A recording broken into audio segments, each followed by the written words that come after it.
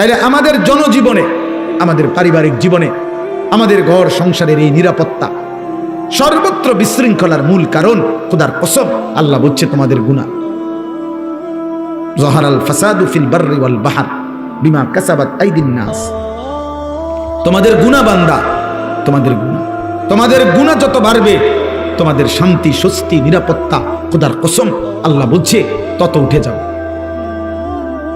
সুখ মিলবে না রে আব্বা, সুখ মিলবে। বিল্ডিং করবেন আপনি, ঠিক আছে, কলাপসিবল গেটও লাগাইলেন, সবই ঠিক আছে, ছাদও মজবুত হইছে, দরজা জানালাও মজবুত হইছে, কিন্তু আপনার স্ত্রীর আখলাক নাই।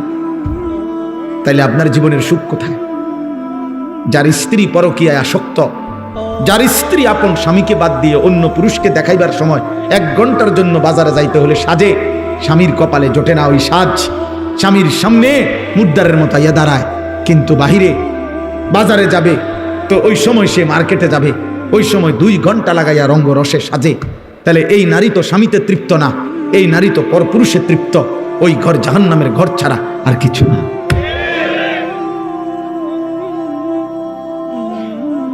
এই ঘর তো জাহান্নামের টুকরা।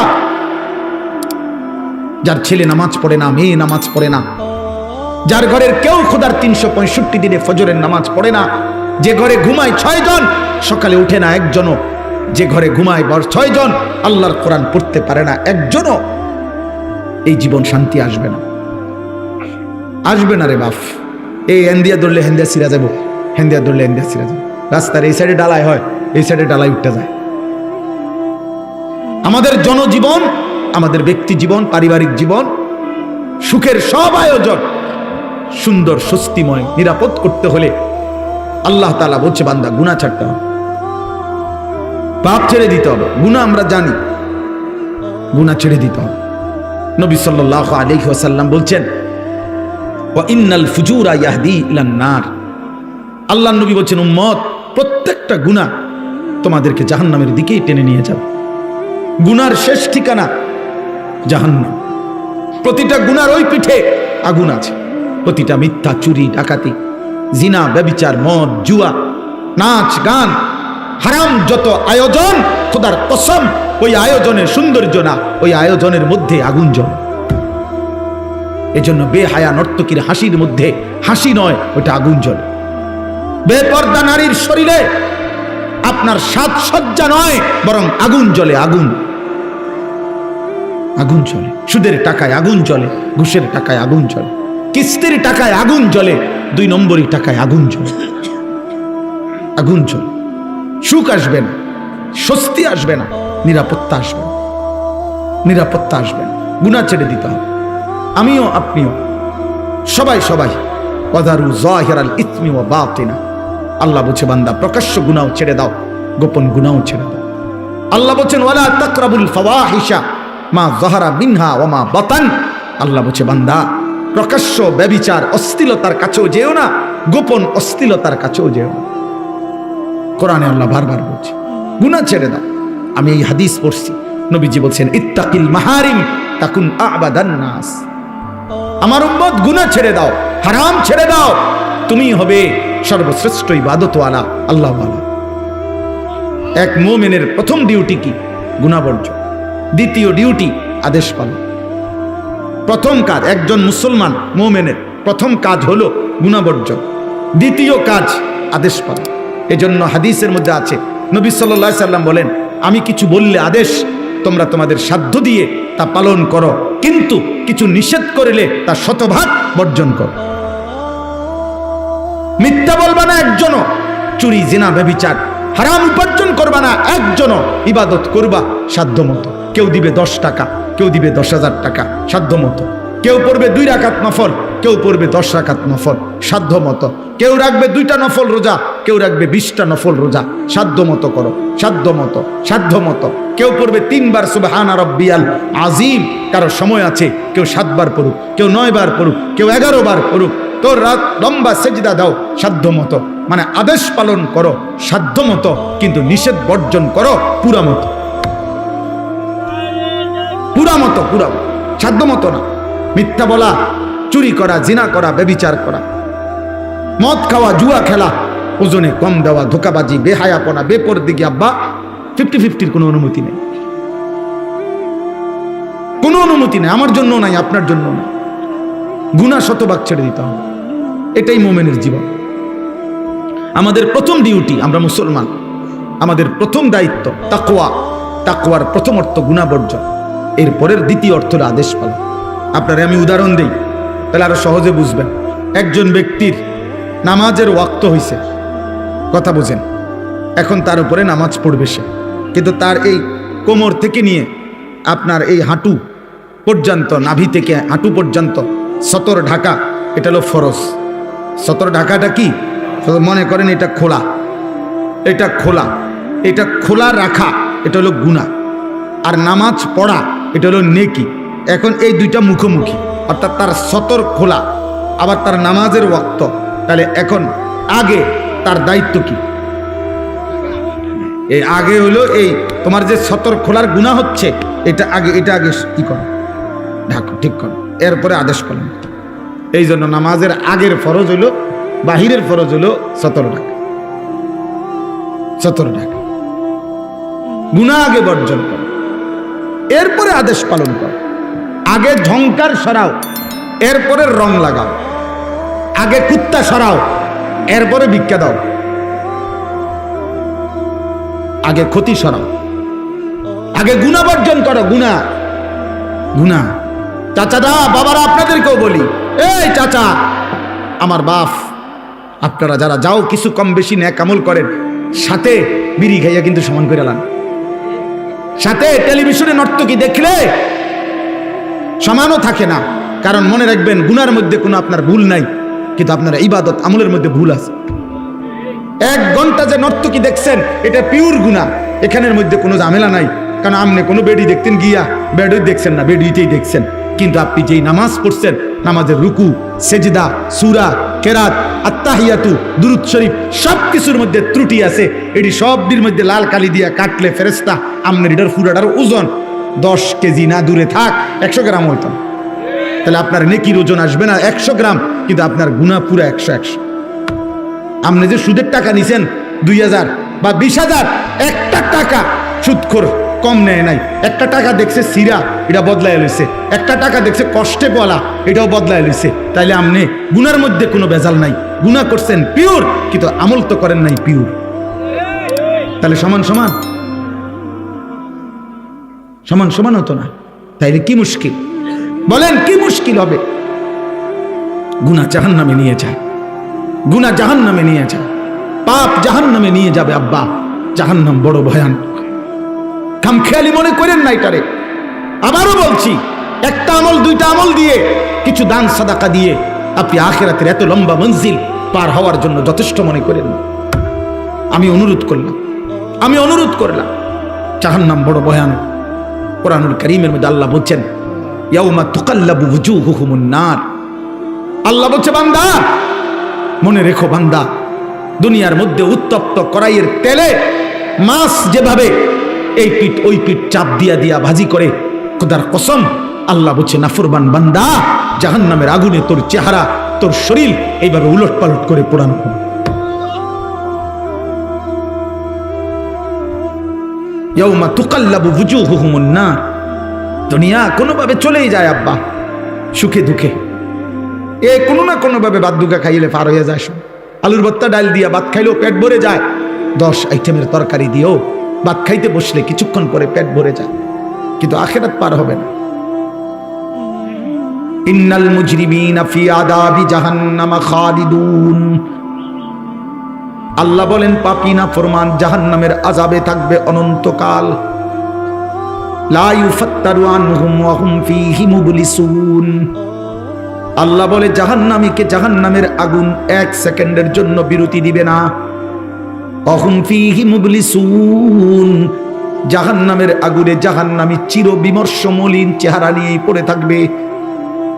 লক্ষ কোটি বছরে কোনোদিন জাহান্নামের মুখে হাসি ফুটবে না। আল্লাহ বলেন, তালফাহু ওয়ুজুহাহুমুন নার অহুম ফীহা কারিহুন। আল্লাহ বলে, বান্দা, জাহান্নামের আগুনে তোমার চেহারা পোড়ানো হবে, একটা পর্যায়ে চেহারাটা বিভৎস কালো নিকৃষ্ট কুৎসিত হয়ে যাবে, কুৎসিত হয়ে যাবে। আল্লাহ বলে জাহান্নামী বারবার বারবার জাহান্নাম থেকে বের হতে চাইবে, রব্বানা আখরিজনা ফিহা, আল্লাহ জাহান্নাম থেকে আমারে বের করেন না রে মাওলা, বের করেন, বের করেন, আমি আর পারছি না মাওলা, এই আগুন আমি আর সইতে পারছি না রে মাওলা। আল্লাহ বলবেন ক্বাল আখসাউ ফিহা ওয়ালা তুকাল্লিমুন, আল্লাহ বলবেন আহান নাফরমান জাহান্নামেই পড়ে থাক, আর কোনোদিন কোনো কথা বলবি না, কোনো আবদার কোনো অনুরোধ আমি আল্লাহ শুনবো না। আল্লাহ বলছেন কোরআনে ওয়ালাউ তারা ইদিল মুজরিমুনা নাকিসু রুউসিহিম ইনদা রাব্বিহিম রব্বানা আবসারনা ওয়া সামি'না ফারজি'না না'মাল সালিহান ইন্না মুকিনুন। আল্লাহ বলে বন্ধু সেদিন আখিরাতে হাসরের ময়দানে আপনি বন্ধু চোখে দেখবেন নাফরমান পাপী আমি আল্লাহর সামনে মাথাটা নুয়ে লজ্জায় অপমানে বেইজ্জতিতে মাথা নুয়েই আমার সামনে দাঁড়িয়ে থাকবে আর বলবে আল্লাহ যা আমি হাসরের ময়দানের সব কিছু নিজ চোখে দেখলাম, নিজ কানে শুনলাম, সব আমি বিশ্বাস করলাম, ফারজি'না না'মাল সালিহান, আল্লাহ আজকে আখিরাত আর হাসরের ময়দান থেকে একবারের জন্য আমারে আবার দুনিয়ায় পাঠান, এবার গেলে আমি নেক আমল করব। আল্লাহ বলবেন না না, ওয়ালাউ শি'না লাআতাইনা কুল্লা নাফসিন হুদাহা, বান্দা আমি তো চাইলে দুনিয়াতেই বাধ্য করে জবরদস্তি করে আমি তো নামাজ পড়াইতে পারতাম, আমার বন্দিগি করাইতে পারতাম, এই মানুষগুলোকে আমি আল্লাহ সেজদা দেওয়াইতে সম্ভব, আমি চাইলে পারতাম, কিন্তু আমি চেয়েছিলাম মহব্বত করে আমার কথা মেনে, আমার রসুল আমার নবীর কথা শুনে, আমার আলেমদের কথা শুনে, আমার কোরআনের কথা বিশ্বাস করে তুমি সেজদা দিবা, আমার গোলামি করবা। আমি চাইছিলাম আজ আখিরাতে আমি নিজ হাতে জান্নাত তুলে দেব, কিন্তু তুমি তো নিলা না বান্দা। ওয়ালাকিন হাক্কাল কাউলু মিন্নী লাআমলা আন্না জাহান্নামা মিনাল জিন্নাতি ওয়ান নাসি আজমাইন। আল্লাহ বলে আজকে চূড়ান্ত ফয়সালা না ফরমান, আজ আমি তোর মতো নাফরমান জিন আর মানুষ দিয়ে আমার জাহান্নাম পূর্ণ করব, জাহান্নাম পূর্ণ করব, আমি ছাড়বো না, আমি মাফ করব না,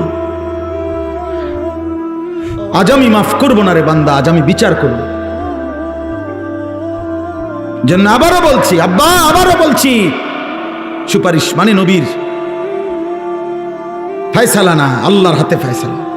নবী সাল্লাল্লাহু আলাইহি সাল্লাম চাইবেন এবং নবীকে আল্লাহ খুশি করবেন, সব ঠিক আছে, সব ঠিক আছে, কিন্তু নবীজির সুপারিশের পরেও যাদেরকে আল্লাহ জাহান্নাম দিবেন সে যদি আমি হই, কথা বলেন না কেন? নবীজির হাতে রাসূলুল্লাহ সাল্লাল্লাহু আলাইহি সাল্লামের 23 বছরের জামানায় নবীজির হাতে কালেমা পড়ছে অগণিত লোক, এটা ঠিক কিনা? ওনার হাতে কালেমা পড়ে নাই, এটা ঠিক কিনা? তো ওরা পড়লো না কেন? কথা বলেন না কেন? আবু তালেব, আরে ভাইয়া আবু তালেবের জন্য কি করছে নবীজি? কি আহাজারি রোনাজারি করছে, মৃত্যুর পূর্ব মুহূর্ত পর্যন্ত চোখের পানি ফেলছে। মৃত্যুর পরে কোরআন শরীফের সূরা তাওবার মধ্যে আছে আবু তালেবের মৃত্যুর পরেও নবী আবার আল্লাহর কাছে হাত তুলে বলছে, আল্লাহ আমার চাচাটারে মাফ করে দেন, আমার চাচা জাহান্নামের আগুনে জ্বলবে। আল্লাহ আমি এটা মানিয়ে নিতে পারি না। আসমানওয়ালা আল্লাহ কোরআনের আয়াত নাজিল করছে, বন্ধু হাত নামান, আমি মাফ করব না, নামান হাত নামান। খোদার কসম এটা কোরআন শরীফের আয়াত, হাত নামান, আমি মাফ করব না রে বন্ধু। কার হাত নামাইছে? কার হাত বুঝছেন? কার হাত? আপনি বুঝছেন উনি কেডা? আপনি বুঝেন উনি কে? আল্লাহর কি হয় জানেন? কলজাটা, কলজা, ওই মালিকের কলজার টুকরা এটা। তিনি মাহবুব, তিনি হাবিব, এই কায়নাতে এর চাইতে প্রিয় ওনার কে? তো তার হাত কামাই দিছে বেটা,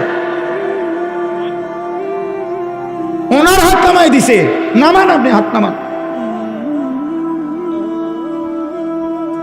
আপনি কে? আমি কে? বেশি খামখেয়ালি মনে করেন আপনার। ইব্রাহিম আলাইহিস সালাম কোরআন শরীফে আছে, ইব্রাহিম আলাইহিস সালাম ওনার আব্বা আজরকে জাহান্নাম থেকে বাঁচাবার জন্য কত লক্ষবার যে কাকুতি মিনতি করছে কোরআনের মধ্যে আছে, শত শতবার ইয়া আবাতি ইয়া আবাতি ইয়া আবাতি ইয়া আবাতি কোরআন শরীফে আছে। আব্বা এই আব্বা এই আব্বা, আব্বা আপনি ইমান আনেন, ওই বাপ ইমান আনেন, বাপ ইমান আনেন, ইমান আনেন, ইমান আনেন, আপনার জাহান্নামের আযাব ধরে ফেলবে রে আব্বা, আপনি শয়তানের গোলামি করেন না রে আব্বা। এইভাবে বলছেন। আসমানওয়ালা বলছে ইব্রাহিম খলিল হইতে পারো তুমি আমার, আমি তোমার বাপের হেদায়েত দেব না। তোমার হাতে বহু লোকের কালেমা পড়ছে, কিন্তু এটাও আমার ইচ্ছা, আর ওরে আমি হেদায়েত দেব না, এটাও আমার ইচ্ছা। তো যেই ইব্রাহিমের হাতে তার পিতা কালেমা পড়লো না, আবার সেই ইব্রাহিমের মাত্র 12 বছরের ছেলে ইসমাইল ওরে যখন আল্লাহর কথা বলছে, স্বপ্নে দেখছি তোমারে জবাই করতেছি, তুমি কি কও বলো বাবা। সন্তান বলতেছে আব্বা আমি আমার মালিকের ফয়সালায় রাজি আছি। তাইলে 12 বছর বয়সের ছেলেটাকে আল্লাহ চিনাইলো কে, আর 60 বছরের বাবাকে আল্লাহ চিনাইলো নাকি? সব কার ফয়সালা? আবারও বলছি খামখেয়ালি করবেন না, খামখেয়ালি করেন না। একজন মুসলমান আখেরাত আখেরাত গুনাহ থেকে বাঁচেন, গুনাহ থেকে বাঁচেন, এই গুনাহ থেকে বাঁচেন। ইমাম সাহেব হাত উঠাইলে আপনার জাহান্নাম মাফ না, না ইমাম সাহেবের আব্বার সম্পত্তি না। আপনার মরার পরে আপনার গোস্ত 60 কেজি, আর ফার্মের মুরগা 40টা, আর আপনার কি 30 কেজি ডাই, আর গ্যারাম চুক্তি 300 মানুষের ভাত খাওয়াই আপনি বেহেস্তে যাইবেন গা। কত খরচ হয়েছে? 1 লাখ। 1 লাখ টাকা দিয়ে বেহেস্তের দাম দিয়ে দিলেন। 1 লাখ টাকা দিয়ে আপনার বাবার বেহেস্তের বুঝ করে দিলেন। জান্নাতের দাম 1 লাখ টাকা, জান্নাতের দাম 1 লাখ টাকা। হ্যাঁ জান্নাত কি 2টা রুম আর একটা বারিন্দা, এটাই তো জান্নাত নাকি? তাইলে বলেন, আপনারা বলেন। হযরত নূহ আলাইহিস সালামের কথা মনে করেন, কোরআন শরীফে আছে নূহ আলাইহিস সালাম আল্লাহর কাছে বলছে মাওলা আজ 950 বছর আমি আপনার বান্দাদেরকে জাহান্নাম থেকে বাঁচাইতে চাইছি রে মাওলা। 950 বছর পরে আমার চোখের সামনে আমার ছেলেটা পানিতে ডুবে যাবে, জাহান্নামী হবে, আমি এটা কেমনে মানি মাওলা? আমি তো একদিন 2 দিন না রে মাওলা, গত 950 বছর আমি আপনার বান্দাদেরকে আপনার দিকে ডাকছি। আমার এই 950 বছরের মেহনতের বিনিময়ে আমার এই ছেলেটারে কি বাঁচান যায় না? আল্লাহ বলছে না আমি হেদায়েত দেব না। দিছেন? আপনি কয় বছর মেহনত করছেন বলেন? 950 বছরের নবী নূহ, আল্লাহ বলছে না আমি ঈমান দেব না, তো দেয় নাই।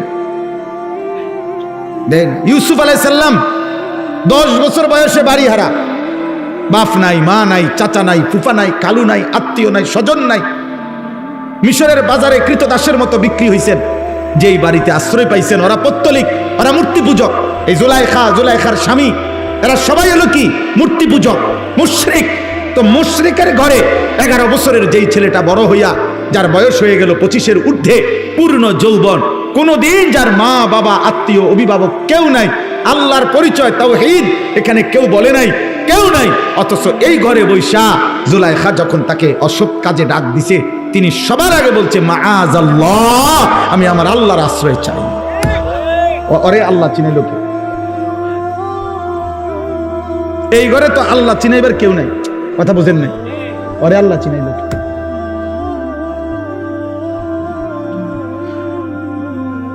বলে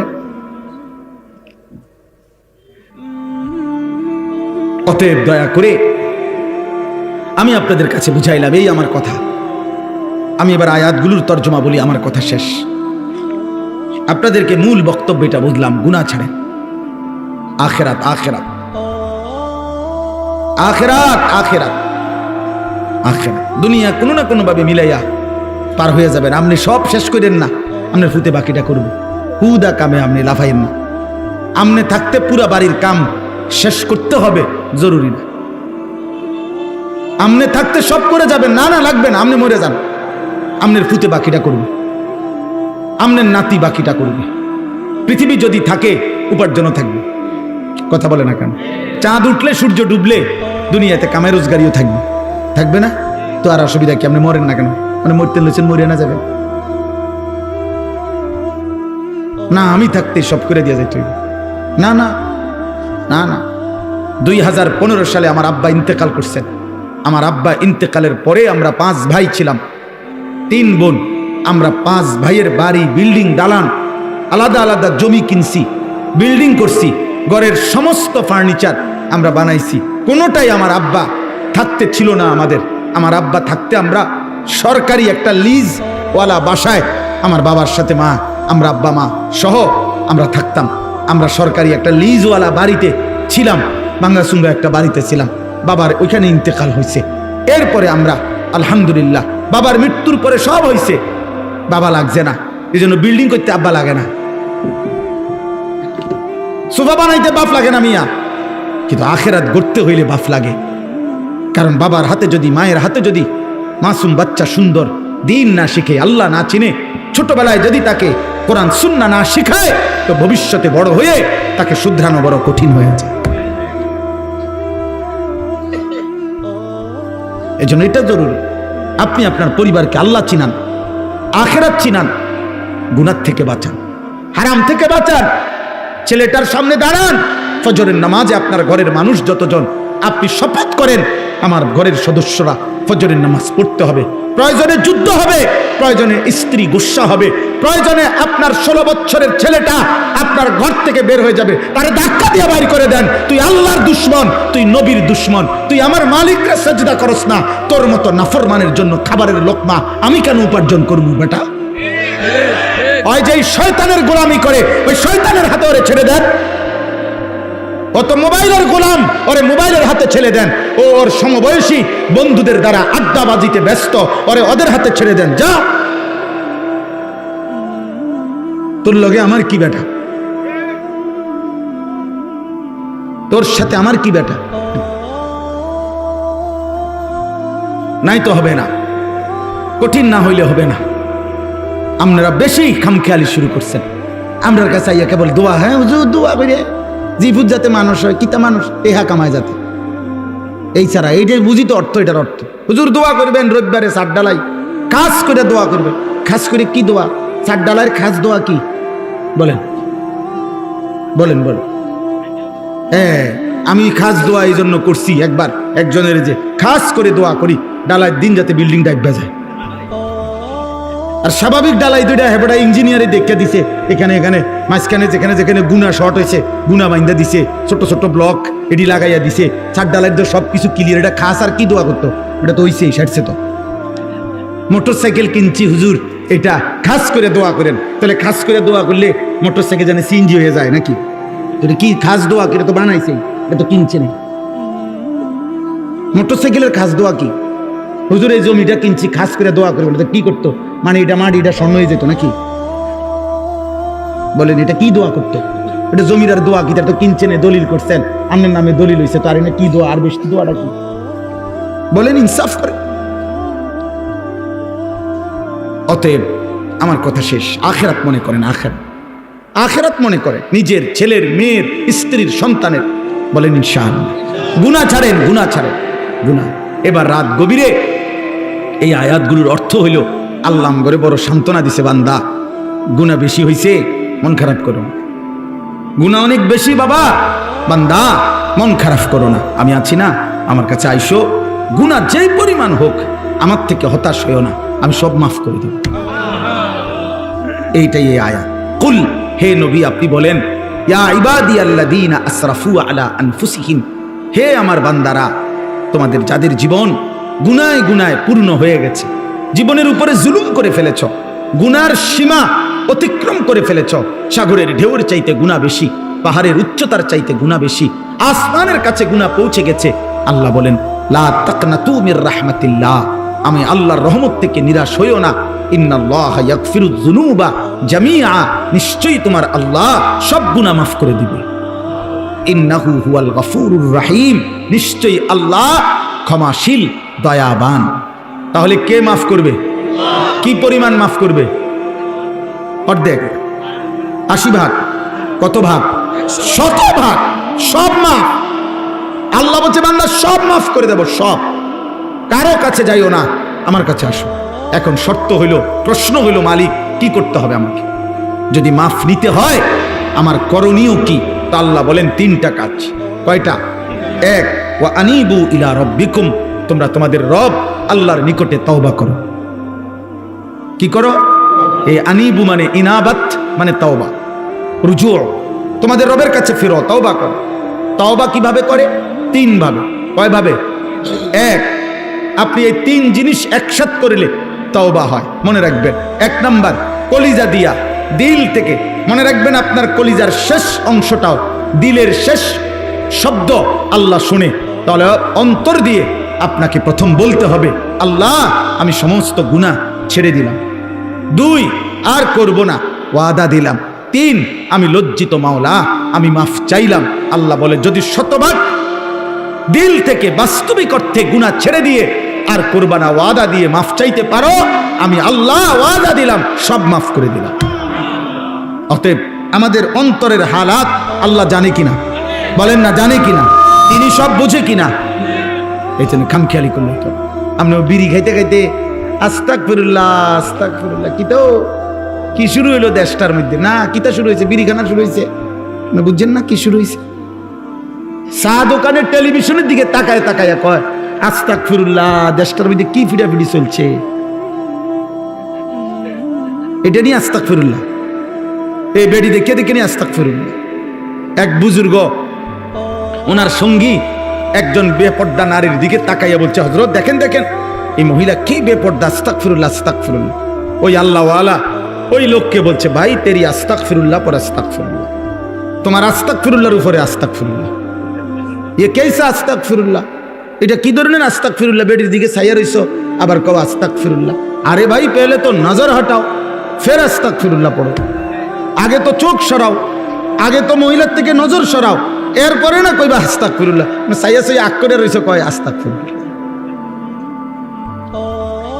এই জন্য আপনার পকেটে সুদের টাকা, আপনার দোকানে মাত্র তুই আইছেন সুদের টাকা, এবার ইমাম সাহেবের লগে ডোলে আস্তাগফিরুল্লাহ রাব্বি, ডোলেন কিতেন, কার লগে মস্কারি করেন?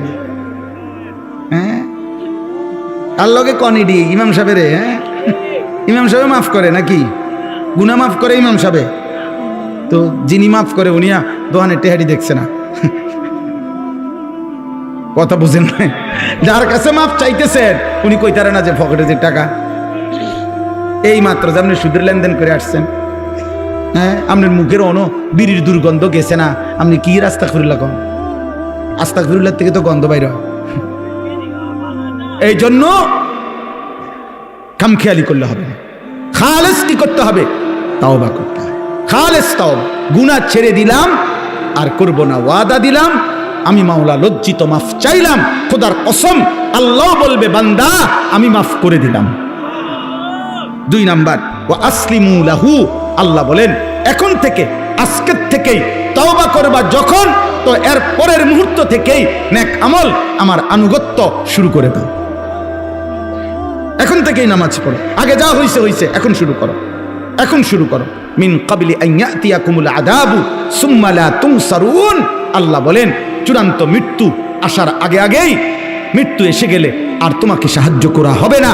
অতএব যা করার আজই করো, এখনই করো, তওবা করো এখন, আমল করো এখন। কখন? আবার বলেন কখন? মৃত্যু আসার আগে। কি আসার আগে বলেন? সর্বশেষ, ওয়াত্তাবিউ আহসানা মা উনজিলা ইলাইকুম মির রাব্বিকুম, আল্লাহ তাআলা বলেন আমি রবের পক্ষ থেকে যেই শ্রেষ্ঠতম কিতাব কোরআন নাজিল করা হয়েছে, আমার এই কোরআনের আনুগত্য করো। মিন ক্বাবলি আন ইয়াতিয়াকুমুল আযাবু বাগতাতাও ওয়া আনতুম লা তাশউরুন, আল্লাহ বলেন হঠাৎ করে তোমার অজান্তেই মৃত্যু আসার আগে আগেই। আবারও বললাম বান্দা, মৃত্যু কখন আসবে তুমি বুঝবাও না, তুমি টেরও করবা না, তার আগেই তুমি আমার কোরআন মানো, আমার ইসলাম মানো। আমি আল্লাহর কাছে তওবা করে গুনাহ ছেড়ে দাও।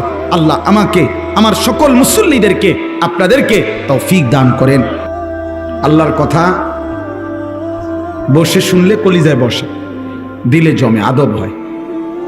হযরত জিবরাইল আলাইহিস সালাম যতবার মানুষের আকৃতিতে নবী সাল্লাল্লাহু আলাইহি ওয়াসাল্লামের কাছে আসতেন, তো ততবার এসে বসতেন, এরপরে নবীজির সাথে কথা বলতেন, এবং এতটা আদবের সাথে বসতেন যে হাদিসে আছে ফাসনাদা রুকবাতাইহি ইলা রুকবাতাই, মানে নবী সাল্লাল্লাহু আলাইহি সাল্লামের হাঁটু মোবারক এবং জিবরাইলের হাঁটু একদম মুখোমুখি, মুখোমুখি।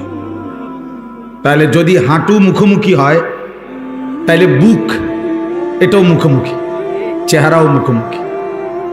এতটা শ্রদ্ধার সাথে সম্মানের সাথে বসতেন। সাহাবায়ে কেরামের মধ্যে হযরত আব্দুল্লাহ ইবনে আমর ইবনুল আস রাদিয়াল্লাহু তাআলা আনহু বলেন, আমি নবী সাল্লাল্লাহু আলাইহি সাল্লামের সামনে এসে যখন বসতাম শ্রদ্ধায় সম্মানের কারণে আমি তার দিকে তাকায় থাকতে পারতাম না। এতটা ভাব আমার ভিতরে, আবেগ অনুভূতি তৈরি হতো। সাহাবায়ে কেরাম বর্ণনা করছেন, আমরা যখন নবীজির সামনে বসতাম এবং তার কথা শুনতাম তো মনে হইতো যেন আমাদের মাথা শরীর থেকে আলাদা হয়ে গেছে, অর্থাৎ এক বিন্দু নড়ে না, যেন মাথাই নাই। এরকম অনেক বর্ণনা আছে। অর্থাৎ সাহাবায়ে কেরামের স্থিরতা, মনোযোগ, আন্তরিকতা। নবী সাল্লাল্লাহু আলাইহি ওয়াসাল্লাম আসরের আগে বয়ান করছেন দাজ্জালের ব্যাপারে। মাগরিবের নামাজের আগে আয়েশা আবার সাহাবাদেরকে মসজিদে দেখছেন যে যে যেখানে বসা ছিল ওখানেই বসা আছে, কেউ বের হয় নাই। নবী সাল্লাল্লাহু আলাইহি ওয়াসাল্লাম বললেন, তোমরা কেউ বের হও নাই? বলছি, ইয়া রাসূলুল্লাহ, দাজ্জালের বয়ান শুনে এমন ভয় লাগতেছে, বের হতেই ভয় হচ্ছে। এই হইল বুঝ, অনুভূতি, অনুভূতি। হযরত ইরবাদ ইবনে সারিয়া তিনি বর্ণনা করছেন, নবী সাল্লাল্লাহু আলাইহি সাল্লাম আমাদের সামনে ওয়াজ করলেন, এই ছেলে, তোমরা বসতে অসুবিধা হলে বাইরে চলে যাও, বাবা প্যান্ডেলের বাইরে চলে যাও। হ্যাঁ, অসুবিধা নেই, সবাই শুনতে হবে, এটা জরুরি না। না কেন সাহেব, ওর তো বসবে না। যে বসবে না তার জন্য টেনশন করে কোনো লাভ নেই, খালাস। এটা তো নির্বাচনী জনসভা না যে সবার সমর্থন দরকার। আমি তো কোনো নির্বাচনী প্রচারণায় আসি নাই, আমি কোনো প্রার্থী না, কথা বুঝেন নাই? অতএব প্রত্যেকে একজন শুনুক, কোনো অসুবিধা নেই, কিন্তু আল্লাহর কথা মনোযোগ দিয়ে শুনতে হবে, আন্তরিকতা। তো সাহাবী বর্ণনা করেন, ওয়াজানা রাসূলুল্লাহ সাল্লাল্লাহু আলাইহি ওয়াসাল্লাম, রাসূলুল্লাহ সাল্লাল্লাহু আলাইহি ওয়াসাল্লাম আমাদের মাঝে ওয়াজ করলেন। ফলে আমাদের কি হলো? জারাফাত মিনহাল উয়ুন ওয়া ওয়াজিলাত মিনহাল কুলুব, আমাদের চোখ থেকে অঝরে পানি ঝরতে লাগলো, আমাদের অন্তরগুলো আল্লাহর ভয়ে কাঁপতে শুরু করলো। এই যে ওয়াজের আসর, ওয়াজের প্রতিক্রিয়া। রাসূলুল্লাহ সাল্লাল্লাহু আলাইহি ওয়াসাল্লাম ওয়াজ করলেন, সাহাবীরা বলেন ওয়াজ্জাল মুসলিমুনা ওয়াজ্জাতান, সাহাবীরা উপস্থিত, ফুফায়া ফুফায়া, মানুষ ফুফায়া ফুফায়া যেমন কাঁদে, সাহাবায়ে কেরাম এভাবে কাঁদতে লাগলেন। এরকম বহু আয়াত আছে, হাদিস আছে, কোরআনে আছে। ওয়া ইযা সামিউ মা উনজিলা ইলার রাসূল তারা আয়ুনাহুম তাফীদু মিনাদ দামঈ মিম্মা আরাফু মিনাল হক। আল্লাহ বলেন, হে রাসূল, আপনার সাহাবাদের অবস্থা হলো, আপনার জবান থেকে যখন আমি আল্লাহর নাজিলকৃত কোরআন যখন ওরা শুনে, তো তাদের প্রত্যেকের চোখ দিয়ে অঝরে পানি ঝরতে থাকে। কোরআন শরীফের আয়াত এটা। আল্লাহ সাক্ষ্য দিচ্ছেন সাহাবাদের মহব্বতের সাক্ষ্য, যে তারা আমার কালাম শুনে কাঁদতে থাকে, কাঁদতে থাকে। হযরত আব্দুল্লাহ ইবনে মাসউদ রাদিয়াল্লাহু তাআলা আনহু একজন বিখ্যাত সাহাবী, তিনি বলেন, আমি রাসূলুল্লাহ সাল্লাল্লাহু আলাইহি ওয়াসাল্লামকে একদিন নবীজির আদেশে সূরা নিসার 40টা আয়াত তেলাওয়াত করে শুনাইলাম। তো 40 নম্বর আয়াত পর্যন্ত যখন পৌঁছলাম, নবী সাল্লাল্লাহু আলাইহি সাল্লাম আমাকে বললেন, এবার থামো, হাসবুকাল আন, ইবনে মাসউদ এখন থামো। তিনি বলেন, আমি থামলাম এবং নবীজির চেহারা মুবারকের দিকে তাকিয়ে দেখলাম, ফাইদা আইনাহু তাদরিফান, আল্লাহ নবীর দুই চোখ দিয়ে অঝরে পানি ঝরতেছে। অর্থাৎ তিনি বহুতক্ষণ যাবৎ কোরআন শুনে কাঁদতেছে, কাঁদতেছে। হযরত আলী ইবনুল ফুজাইল নামে একজন বড় বুজুর্গ ছিলেন। তিনি একদিন রাত্রিবেলা কোরআনুল কারীমের একটি আয়াত, ওয়াকিফুহুম ইন্নাহুম মাসউলুন, এই একটি আয়াত তিনি তেলাওয়াত করছিলেন আর ভাবতেছিলেন যে আল্লাহ এখানে কি বললেন। এই আয়াতের অর্থ হলো কিয়ামতের দিন আল্লাহ তাআলা ফেরেশতাদেরকে বলবেন, আমার প্রত্যেকটা বান্দাকে একজন একজন করে আমার সামনে এনে দাঁড় করাও, আমার বান্দার পুরা হায়াতের হিসাব আমি আল্লাহ আজকে নিজেই জিজ্ঞেস করব। হযরত আলী ইবনে ফুজাইল ভাবতেছিলেন যে হায়, আমার রব যখন আমাকে জিজ্ঞেস করবেন আমি কি জবাব দেব। এই কথা ভাবতে ভাবতে ওই রাতেই তিনি বেহুশ হয়ে ইন্তেকাল করছেন। এক আয়াতের ভাবনা ওনারে কবরে নিয়ে গেছে, কবরে নিয়ে গেছে। হযরত উসাইদ ইবনে হুজাইর রাদিয়াল্লাহু তাআলা আনহু একজন সাহাবীর নাম। তিনি একদিন রাত্রিবেলা ওনার ঘরে তাহাজ্জুদের নামাজের জন্য আল্লাহর কোরআন তেলাওয়াত করতেছিলেন, সূরা বাকারা। হঠাৎ উনি দেখলেন যে ওনার ঘরে ঘোড়া বাঁধা ছিল, ঘোড়াটা ছুটাছুটি করতেছে। তখন তিনি নামাজ ছেড়ে দিয়েছেন, তাকায়া দেখছেন ওনার বাড়ির উঠানের মধ্যে মেঘের মতো নূর আলোয় আলোকিত হয়ে আছে।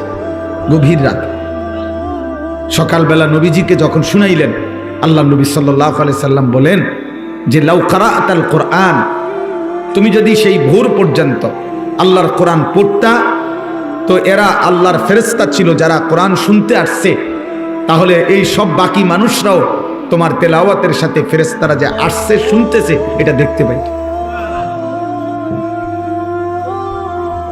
এজন্য এটা জরুরি বিষয়, এটা জরুরি বিষয়। আল্লাহর কথা মনোযোগ দিয়ে শোনা, দিল দিয়ে শোনা। দিল যদি না নড়ে, বিবেক যদি না নড়ে, অনুভূতি যদি না আসে, ফিকির যদি না আসে, আল্লাহর কথা শোনার দ্বারা যদি কলিজার মধ্যে কোনো রকম অনুভূতি না জাগে, যে যেমন ছিলাম তেমনই, যে যেমন আছি এমনই, তাহলে ভাইয়া বাবা এটা শুনে কোনো ফায়দা নেই। বুঝাই গেল কোনো কাজ হচ্ছে না। ওষুধ খাইতেছে বাগার কাম হইতেছে, কোনো লাভ হচ্ছে না। বিড়ি খায় তো বিড়ি খায়, সিগারেট খায় তো সিগারেটে খায়, মিথ্যা বলে তো বলেই, গালি দিচ্ছে তো দিচ্ছেই, নর্তকী দেখে তো দেখেই, নাটক সিনেমা দেখে তো দেখেই, টেলিভিশন দেখে তো দেখেই।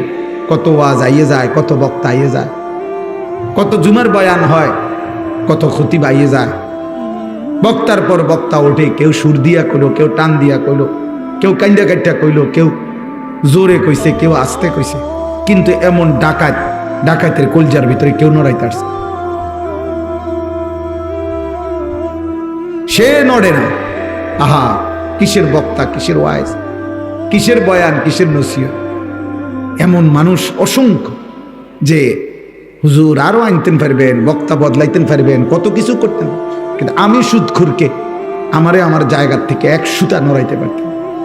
আমি সুদ খামো, আমি কিস্তি নেবই, আমি নর্তকী দেখবই, আমি নাচ গান দেখবই, আমি বিড়ি সিগারেট দেখবই, কইতেন পারেন।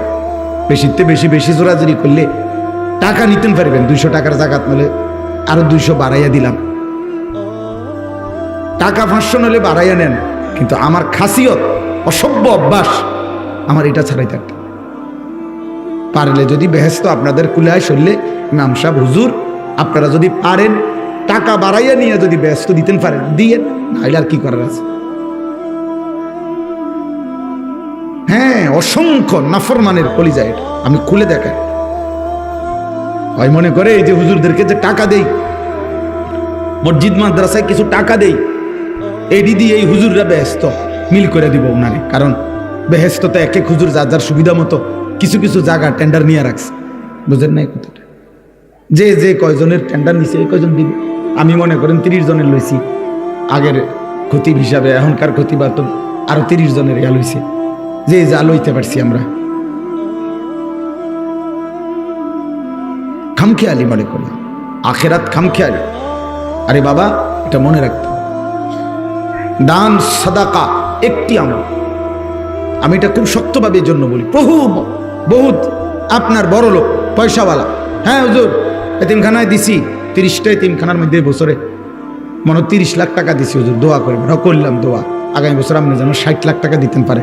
কিন্তু সুদের টাকা, ঘুষ, কিস্তি, লোন, বিড়ি সিগারেট, কথায় কথায় গালি, অবৈধ উপার্জন, এক ওয়াক্ত নামাজ যে পড়েন না, ফজরের নামাজ যে কখনোই পড়েন না, প্রতিদিন যে নর্তকীর নাচ, টেলিভিশনের নাটক, সিনেমায় অসভ্য ছবি দেখেন, এগুলো সব এই 30 লাখ টাকার ভিতরে নাকি? কথা বলেন না কেন? এগুলো সব এই 30,000 টাকার ভিতরে, তাইলে এটা বুঝতে শিখেন। দান সাদাকা একটি আমল, নামাজ একটি আমল, রোজা একটি আমল, হজ একটি আমল, যাকাত একটি আমল, জিকির একটি আমল, কোরআন তিলাওয়াত একটি আমল।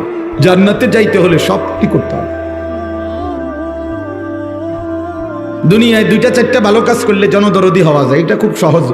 সমাজসেবক হওয়া খুব সহজ।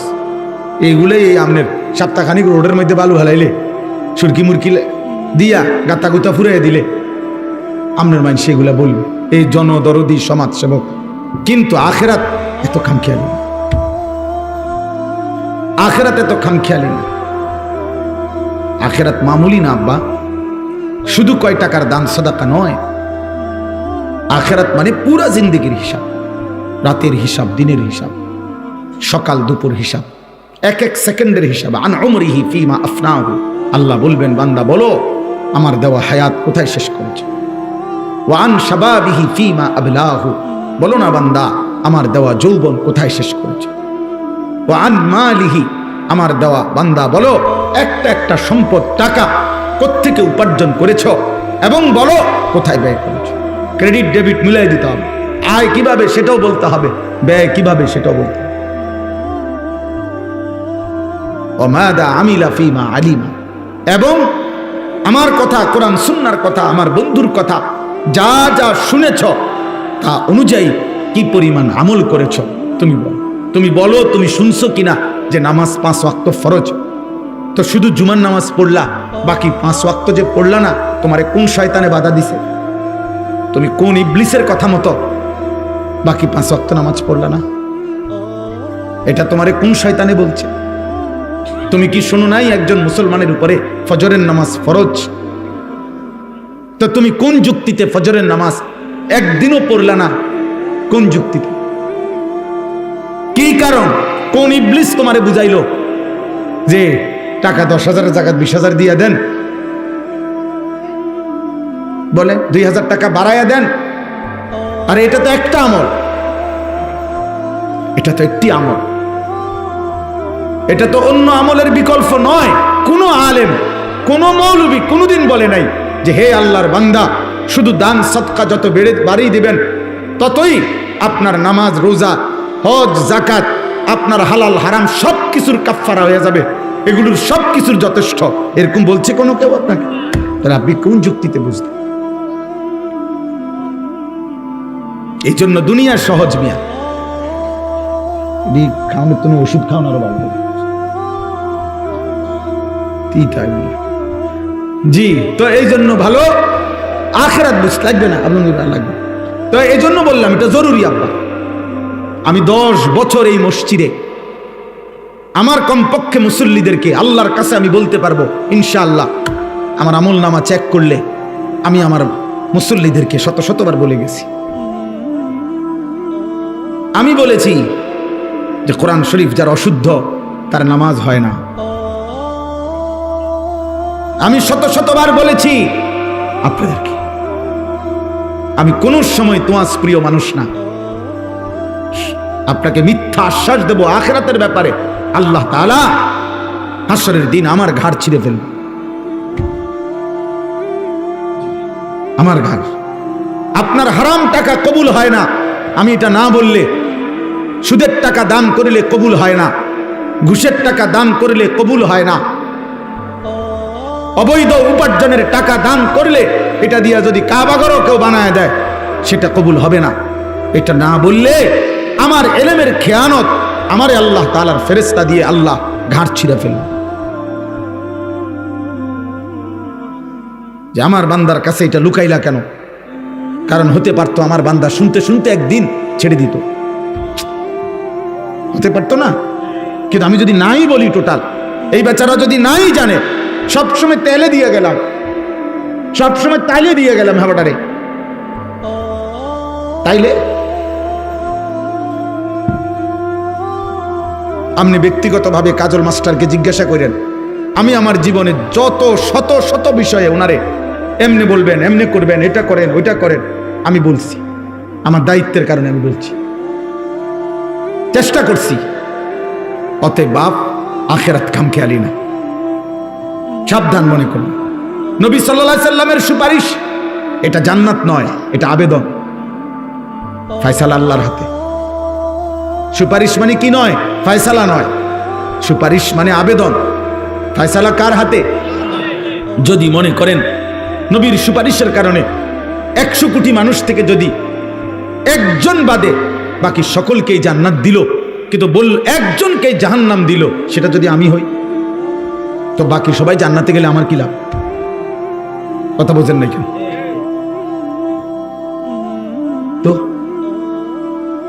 বাকি যদি সবাই জাহান্নাম থেকে বাঁচা যায়, আমার কি লাভ? আমি যদি মনে করেন আল্লাহর নাফরমানি করে দুনিয়া সাজাইয়া আখেরাত ঠিক করতে পারলাম না, আমার মৃত্যুর পরে যদি পৃথিবীর মানুষ চাঁদের দেশেও চলে যায়, মঙ্গল গ্রহেও গিয়া ঘরবাড়ি করে, আমার জিফুত নাতি নাতনি, তো আমার কি লাভ? আমার অর্জন কি? বলে এই ছেলে, এই মোবাইলওয়ালা ছেলে, এই অপদার্থ, এটা তোর সামনে পিছনে তোর বাবার বয়সী আহাম্মক থাকার। চিন্তা করছেন গাদ্দার কেমন? কোনো লজ্জা শরম নাই, কোনো হায়া বিবেক বলতে কিচ্ছু নাই, কিচ্ছু নাই। নতুন প্রজন্মকে সবাই ছেড়ে দিছে, এই 16, 18, 20 বছরের ছেলেদেরকে গোটা দেশ ছেড়ে দিছে, এদেরকে গোটা ফ্যামিলি ছেড়ে দিছে। এই সমাজের কেউ এদেরকে নিয়ে ভাবে না। এরা মন মতো খায়, মন মতো ঘুমায়, মন মতো পেশাব করে, যেখানে মন চায় রাস্তার পাশে, যেখানে মন চায় নারী দেখে, ছবি দেখে, চুল যেমন পারে মন চায় মুশরিকের মতো, বেঈমানের মতো। আল্লাহ নাই, রাসূল নাই, সেজদা নাই, গোলামি নাই, আহারে কোরআন নাই, জিকির নাই, তেলাওয়াত নাই, কবর কোথায়, মৃত্যু কোথায়, আখিরাত কি, কিচ্ছু জানে না, কিচ্ছু জানে না। সব অভিভাবক ছেলে মেয়ে, ছেলের সাথে সম্পর্ক শুধু এতটুকুই, টাকা পয়সা রোজগার করে কিনা, টেনশন একটাই, পয়সা রোজগার করলে আর কোনো, এবার হেতে আল্লাহ খোদা মানুক বা না মানুক, হালাল না হারাম, চরিত্র আছে না নাই, এটার কিছু আমার দরকার নেই, টাকা তো দিচ্ছে। আর টাকা না দিলে অভিযোগের আর শেষ নাই। ফুত মানুষ করে আইস আইস বেইজ্জতি করলো আমারে, তে আমারে কষ্ট দিল, কি সে টেহা দেয় না, অসন্তুষ্টি বাপের। এবার ফতে গাডে সাদ আনে, জায়গায় জায়গায় অভিশাপ দেয়, তার উপরে খোদার গজব পড়ুক, তেরে আমি মানুষ করলাম আর তে ওনা আমারে চেনে না, মানে টাকা দেয় না। তা এখন টাকা দেয় না, টাকা দিলে মানুষ সন্তুষ্ট, টাকা না দিলে অসন্তুষ্ট। আহা, এই ছিল বাবা সন্তানের সম্পর্ক, টাকার ভিত্তিতে, এটাই কথা। স্বামী স্ত্রীর সম্পর্ক এটাই, বাবা সন্তানের সম্পর্ক এটাই, মা সন্তানের সম্পর্ক এটাই। বলেন বাবা, বুঝতে শেখো নওজোয়ান, ভাবতে শেখো। সবার চোখের সামনে কিশোর, নওজোয়ান, সমস্ত ছেলে মেয়ে, প্রত্যেকটা মা বাবার খামখেয়ালির কারণে আহা পাইকারি হারে ছেলেরা 99.5% ছেলেদের হাতে, মেয়েদের হাতে বড় মোবাইল দিয়ে দিচ্ছে। প্রত্যেকে ওই নিজের সারা রাত উলঙ্গ ছবি দেখে, সারা রাত জিনা ব্যভিচারের দৃশ্য দেখে। প্রতিদিন লক্ষ লক্ষ কোটি কোটি ছেলে মুসলিম বাংলাদেশে প্রতিদিন ঘন্টা মিনিটে অনলাইনে মোবাইলে জুয়া খেলে, জুয়া, কোটি কোটি টাকা জুয়া খেলে, ক্যাসিনো জুয়া, অনলাইন জুয়া। আপনাদের এখন আর কোনো জুয়াখোর সিফা সাফার থাকে না। আগে আসিল মানুষের সিফা সাফার মধ্যে জুয়া খেলতো, মাসমুড়ার কোনার মধ্যে, হ্যাঁ পুকুর পারে কোনাকানির মধ্যে তাস খেলতো, জুয়া খেলতো। এখন তাস খেললেও মোবাইলে আছে, জুয়া খেললেও মোবাইল আছে, নর্তকীর উলঙ্গ ছবি দেখলেও মোবাইল আছে। অর্থাৎ বাবা মা পাশের রুমে আপন ঘরে নিরাপদ জায়গায় লাইট ফ্যান সব চলতেছে, সন্তান তার দুনিয়া আখেরাত শেষ করে দিচ্ছে।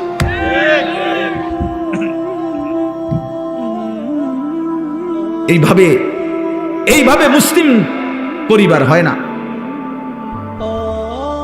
এইভাবে হয় না।